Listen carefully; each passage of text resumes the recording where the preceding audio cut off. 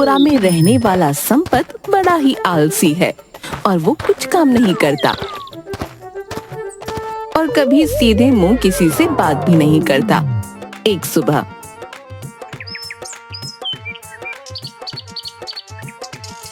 सूरज sir पर चढ़ गया है और अभी तक सो रहा है ये। उठ जा कुंभकर्ण की औलाद, और कितना सोएगा। माँ तुम तो हर समय मेरे पीछे ही पड़ी रहती हो। क्या काम है बोलो।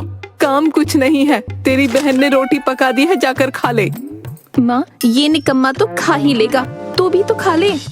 नहीं, मैं नहीं खाऊंगी। मेरे तीर्थ पर जाने की खुशी में कपटा और उसकी बहू ने आज अपने घर पर मुझे सुबह के नाश्ते के लिए बुलाया है। अच्छा, तो तू कप्ता के घर जाकर चाय नाश्ता करेगी और मैं यहाँ इस पागल की बनाई सूखी रोटी खाऊं? हैं? नहीं, तेरे लिए तो घी में तली हुई रोटी है, काम का न काज का, दुश्मन अनाज का। माँ देख ले, इसने मुझे फिर निकम्मा कहा।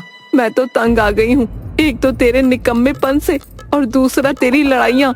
जब देखो तब किसी न किसी से तेरी लड़ाई ही होती रहती है, बाहर नहीं तो घर में ही सही। मैं भी चलूंगा कप्ता के घर तुम्हारे साथ चाय नाश्ते पर। अगर ये जाएगा तो मैं भी जाऊंगी। लेकिन कप्ता ने सिर्फ मुझे बुलाया है। अगर माँ जाएगी तो बच्चे भी तो जाएंगे। क्या इतनी अकल उसके पास नहीं है? अच्छा ठीक है, लड़ाई मत करो, दोनों चलो।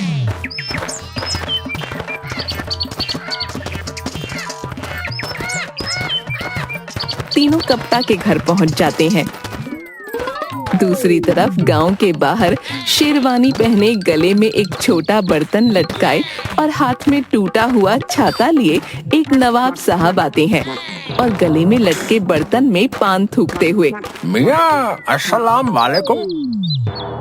वालेकुम अस्सलाम। कौन हो भाईजान? आपको पहचाना नहीं? ये तो हमारी बेइज्जती है, हमें पहचाना नहीं। तू है कौन? तू कहीं का नवाब है क्या है जो मैं तुझे पहचान लूं? चलो मियाँ, तुमने अनजाने में ही सही हमें पहचाना तो सही। हम हैं रामपुर के लुटे पिटे फटीचर नवाब। ओ, तो आप हैं रामपुर के फटीचर नवाब हैं? एक बात बताओ नवाब साहब, अपने गांव से चलकर क्या हमारे गांव में भुट्टे भुनने आए हो क्या है? अरे भाईजान, हमारे रामपुर में हमारी थोड़ी तबीयत खराब हो रही थी, इसलिए हमने सोचा कि किसी दूसरे गांव में मेहमान बनकर आराम से 4-5 महीने बढ़िया दावत उड़ाते हैं, इसलिए हमें अपना मेहमान बना लो मियाँ। अरे वाह वाह, जानना पहचान, तू बन जा मेरा मेहमान। पर नवाब साहब, गलती से भी मेरे घर मत आना। क्यों भाई क्यों? ऐसा क्या है तुम्हारे घर? मेरे घर में मेरी बीवी है, वो एक नंबर की ना चुड़ैल है। सुबह उठकर मेरे 4 बेलन लगाती है। अगर तू मेरे घर मेहमान बनकर आ गया ना, तुझे तो कम से कम 10 बेलन लगाएगी, समझा? गलती हो गई मियाँ, जो मैंने आपसे मेहमान बनने के लिए कहा, मुझे माफ करो। है नहीं नहीं नहीं, अब तो तू चल मेरे घर मेहमान बनकर चल। नहीं, मुझे माफ कर दो मियाँ, माफ कर दो। नवाब वहाँ से भाग जाता है। दूसरी तरफ कप्ता के घर संपत, उसकी माँ और उसकी बहन पहुँचते हैं। अरे बड़ी देर लगा दी चाची आने में, हम तो कब से तुम्हारी राह देख रहे थे। हाँ बेटा, देर हो गई, कुछ काम करने लगी थी। बैठो बैठो चाची, अच्छा किया जो तुम अपने साथ इन दोनों को भी ले आई। बैठो, तुम दोनों भी बैठो। देखा माँ, तू तो हमें ला ही नहीं रही थी। ये देख, हम दोनों के आने से कप्ता भाई कितना खुश है। तभी कप्ता की पत्नी अंदर से चाय नाश्ता लेकर आती है।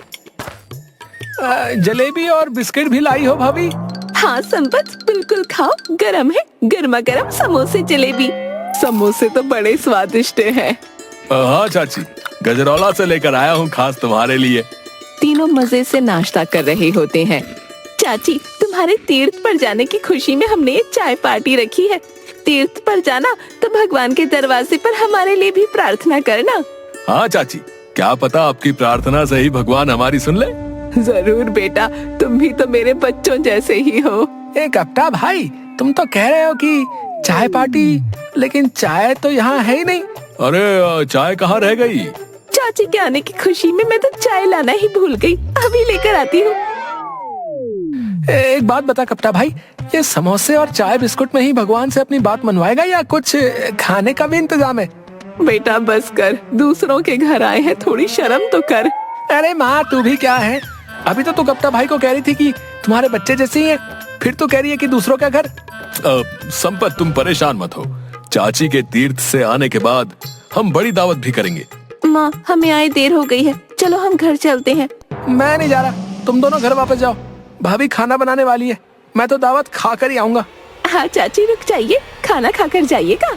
नहीं नहीं बेटा, ये तो ऐसे ही बोलता रहता है। घर पर खाना बना रखा है, अब हम चलते हैं। ठीक है चाची। संपत जाते हुए प्लेट में रखे समोसे हाथ में लेकर भाग जाता है। ये संपत भी बड़ा अजीब है। सही कहती हो, चाची भी इसकी हरकतों से बड़ा परेशान रहती हैं। मैं बाजार जाकर आता हूँ। कपटा बाजार निकल पड़ता है। दूसरी तरफ नवाब साहब भागते हुए बड़बड़ करते आ रहे होते हैं और उधर दूसरी तरफ से कपटा बाजार जा रहा होता है। बीच में दोनों टकराते हैं।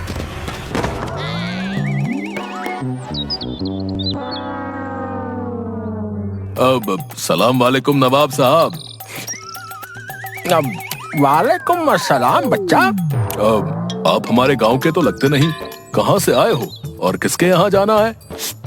अब बेटा, हम हैं रामपुर के लुटे पिटे नवाब। हमारा नाम है फटीचर नवाब और हम किसी रिश्तेदार के यहाँ जा रहे हैं। तो इस गांव में कोई रिश्तेदार रहता है?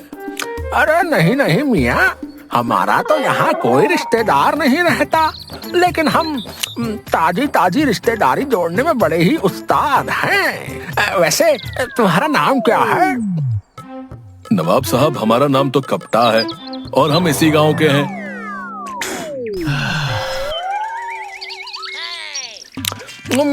तुम शेखोपुरा के हो? शेखोपुरा से तो हमारे अब्बू की फूफी हुआ करती थी। उनका ब्याह जो है, उनका ब्याह यहाँ हुआ था, शेखोपुरा में। उस हिसाब से तुम हमारे अब्बू के फूफी के ससुराल वाले हो।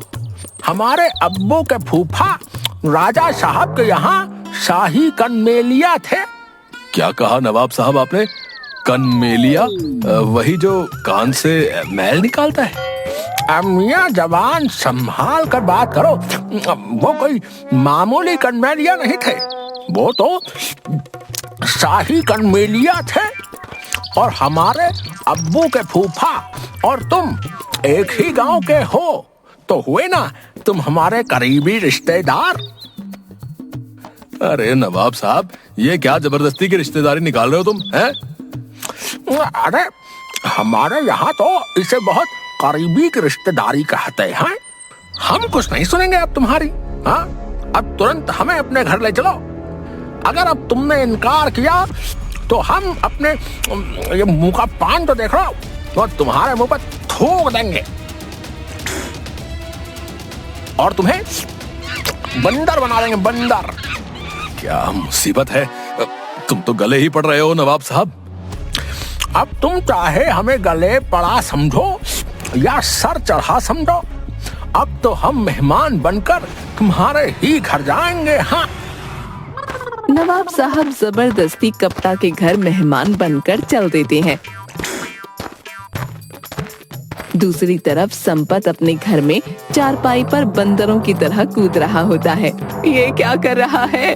कुछ नहीं, मेरे पेट में चूहे कूद रहे हैं, इसलिए मैंने सोचा कि मैं भी उनके साथ कूद लूं थोड़ा। हे भगवान, तूने मुझे कैसी औलाद दे दी। इसकी जगह एक गधा दे देता तो कम से कम वो कुछ काम धाम तो करता। माँ, तीर्थ यात्रा पर जाने से पहले शुभ शुभ बातें करो। तुम्हारे मुंह से निकली हुई बात क्या पता कब ऊपर वाला मान बैठे। तेरा कुछ नहीं हो सकता, रोटी खा ले। संपत रोटी सब्जी खाता है और उसे मिर्च लग जाती है। वो तेजी से कूदने लगता है। क्या हुआ? क्यों बंदरों की तरह कूद रहा है? इतनी मिर्ची क्यों डाली? मुझे मारना चाहती है? तो पागल है, अगर मिर्ची लग गई तो पानी पी ले। बंदरों की तरह कूद कूद कर शोर क्यों मचा रखा है? ज्ञान मत दे। अगर तुझे समझ में आ गया कि मुझे मिर्ची लगी है तो पानी लेकर आ। अपनी बकवास बंद कर। संपत वहाँ सीधा कपटा के घर पहुँचता है। कपटा के घर नवाब साहब बैठे केले खा रहे होते हैं। अम्मा मियाँ, हमारे रामपुर में तो मेहमानों की खातिरदारी अलग ही तरह से करते हैं। केले के साथ जलेबी और समोसा भी खिलाया जाता है, वो भी थाली भर के। अरे तुम्हारे रामपुर में जबरदस्ती के मेहमान भी बना लिए जाते हैं। अरे मेहमान तो भगवान का रूप होता है, आता है, खाता है और अपनी मर्जी से चला भी जाता है। नवाब साहब भी खाएंगे और निकल जाएंगे। अरे मियाँ, हम रामपुर के फटीचर नवाब हैं, इतनी जल्दी नहीं जाते। कम से कम 3 दिन और ज्यादा से ज्यादा 3 साल तक मेहमान बनकर रहते हैं। नाश्ता तो हमने हल्का फुल्का कर लिया, अब जो है तुम हमारे लिए खाने का इंतजाम कर दो। वो थोड़ा जोरदार करना, क्योंकि हल्का नाश्ता करने के बाद हमें भूख ज्यादा लगती है।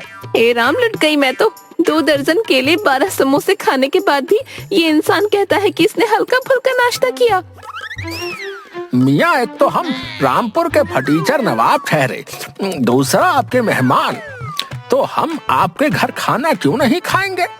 आप जरा ये भी बताएं, हैं? अब फटाफट हमारे लिए खाने का इंतजाम कर दो। तुम एक काम करो, जल्दी से इसके लिए खाना बना दो, क्योंकि मुझे नहीं लगता कि ये बिना खाना खाए जाएगा यहाँ से। ठीक है, आलू रखे हैं, घर में उसकी सब्जी और रोटी बना देती हूँ। उसमें थोड़ा चूहे मारने की दवा भी मिला दूंगी। अब लाहौर विला कुव्वत है मियाँ, हम ठहरे रामपुर के नवाब, उसके बाद तुम्हारे मेहमान। तुम हमें आलू खिलाओगे, हैं? आलू? अरे हम आलू बिल्कुल नहीं खाएंगे। तुम तो हमारे लिए मुसल्लम, थोड़ी हैदराबादी बिरयानी, उसके साथ थोड़े ईरानी कोफ्ते, रामपुरी कबाब और थोड़ी सी खीर और थोड़ा सा जर्दा बना दो। इससे ज्यादा तो हम खा नहीं सकते, हमारी खुराक जो कम ठहरी। नवाब साहब, तुम हम दोनों पर नमक छिड़को और हमें भी खा जाओ। तभी वहाँ संपत आ जाता है। अरे कप्ता भाई, ये अजीब सी शक्ल वाला इंसान कौन है? क्या ये तुम्हारा रिश्तेदार है? नहीं संपत भाई, क्या बताऊं, ये रामपुर का लुटा पिटा नवाब है, जो जबरदस्ती हमारा मेहमान बनकर बैठा है। ए, तू कैसा इंसान है रे? जबरदस्ती गले पड़ रहा है? प्यार से गले पड़, वो भी पूछ कर। मियाँ, तुम हो कौन जो तुमने हमें थप्पड़ जड़ दिए? हमारी इतनी बेइज्जती तो आज तक किसी ने नहीं करी। तुम हो कौन? साले, मुझसे तो पूरा गांव डरता है, तू किस खेत की मूली है? अब मैं तुझसे क्यों डरूं? हैं? मैं तो इनका मेहमान हूँ। अरे राम जी, ये तो मेरे से बड़ी गलती हो गई। तू तो मेहमान है, तूने पहले क्यों नहीं बताया? तुमने हमसे पूछा ही कहा? तुम तो हमें दे दनादन थप्पड़ पे थप्पड़ लगाए पड़े हो। अरे कप्ता भाई, अगर ये तुम्हारे मेहमान है तो इनकी खातिरदारी करो, है? बड़ा पुण्य होता है मेहमानों की खातिरदारी करना। ऐसा करो संपत भाई, इस नवाब को तुम अपने घर ले जाओ मेहमान बनाकर, और सारा पुण्य तुम ही कमा लो। ठीक है, चल बे नवाब, खड़े हो, जल्दी चल। हमें तो सिर्फ मेहमान नवाजी करवानी है, यहाँ करवा लो या तुम्हारे घर करवा लो। शुक्र है भगवान का, जो ये मुसीबत हमारे घर से टल गई। शुक्र है संपत का, जो वो सही वक्त पर आ गया और इस बिन बुलाए मेहमान को हमारे घर से ले गया। संपत नवाब को धक्का देता है और बीच बीच में 2-4 थप्पड़ लगाता हुआ वहाँ से निकल पड़ता है। ये तो कैसी मेहमान नवाजी कर रहा है? कोई मेहमान को मारता है क्या?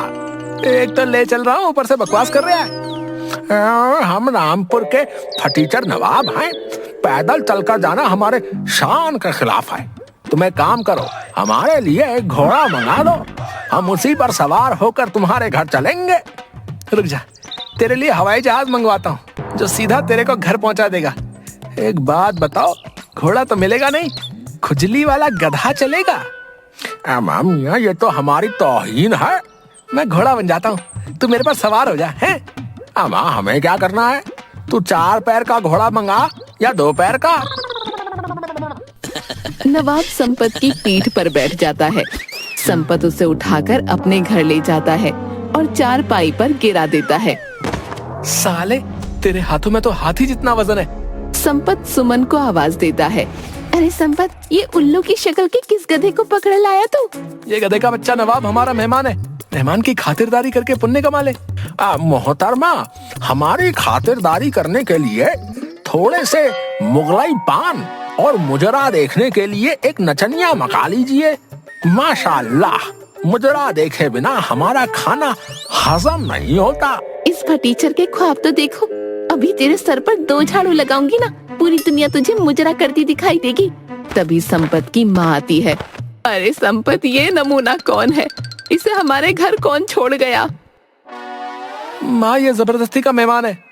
अरे मियाँ, तुम सब अपनी बातों के चक्कर में मेहमान नवाजी करना ना भूल जाना। कसम से मुजरा देखे बिना हमारा खाना हजम नहीं होता। अच्छा, तो तुझे खाना हजम नहीं होता, मतलब तेरा हाजमा खराब है। माँ, इसे प्याज खिला दे। लाहौल विला कुव्वत, मैं मुजरा देखकर मुगलाई पान खाता हूँ, मैं प्याज नहीं खाता। अबे साले, प्याज तो तेरा बाप भी खाएगा। रुक। संपत, उसकी माँ और सुमन तीनों मिलकर जबरदस्ती नवाब को पकड़ते हैं और उसके मुंह में प्याज खिलाने लगते हैं। नवाब सब छोड़कर भाग जाता है। नवाब के बच्चे का ये सामान देकर आता हूँ, नहीं तो क्या पता ये सामान देने के बहाने वापस मेहमान बन के आ जाए। नवाब भागता हुआ कप्ता से टकरा जाता है। अरे चाचा, कहाँ भाग रहे हो? क्या पीछे भूत पड़ गया है? मियाँ, तुमने मुझे किसी बेवकूफ के हवाले कर दिया। उसने तो मुझे पीट पीट कर मेरा कबाड़ा ही बना दिया। मैं तो यहाँ नहीं रुकने वाला। तू कहीं नहीं जाएगा चाचा, तू अब यहीं रहेगा। तभी संपत आ जाता है। साले, अपना सामान छोड़कर कहाँ भाग रहा है? अपना सामान लेकर जा। हाँ भाई संपत, नवाब का सामान इसके सर पे दे दे, नहीं तो क्या पता ये पुलिस लेकर आ जाए। हाँ कप्ता भाई, ये तो तू सही कह रहा है। और वैसे भी अभी इसकी थोड़ी मेहमान नवाजी बाकी है। नवाब की छतरी और थूकदान लेकर और नवाब को 2 थप्पड़ लगाता है। कप्ता और संपत दोनों मिलकर नवाब की पिटाई करते हैं। नवाब किसी तरह अपनी जान बचाकर वहाँ से भागता है और फिर कभी किसी के घर मेहमान बनकर नहीं जाता।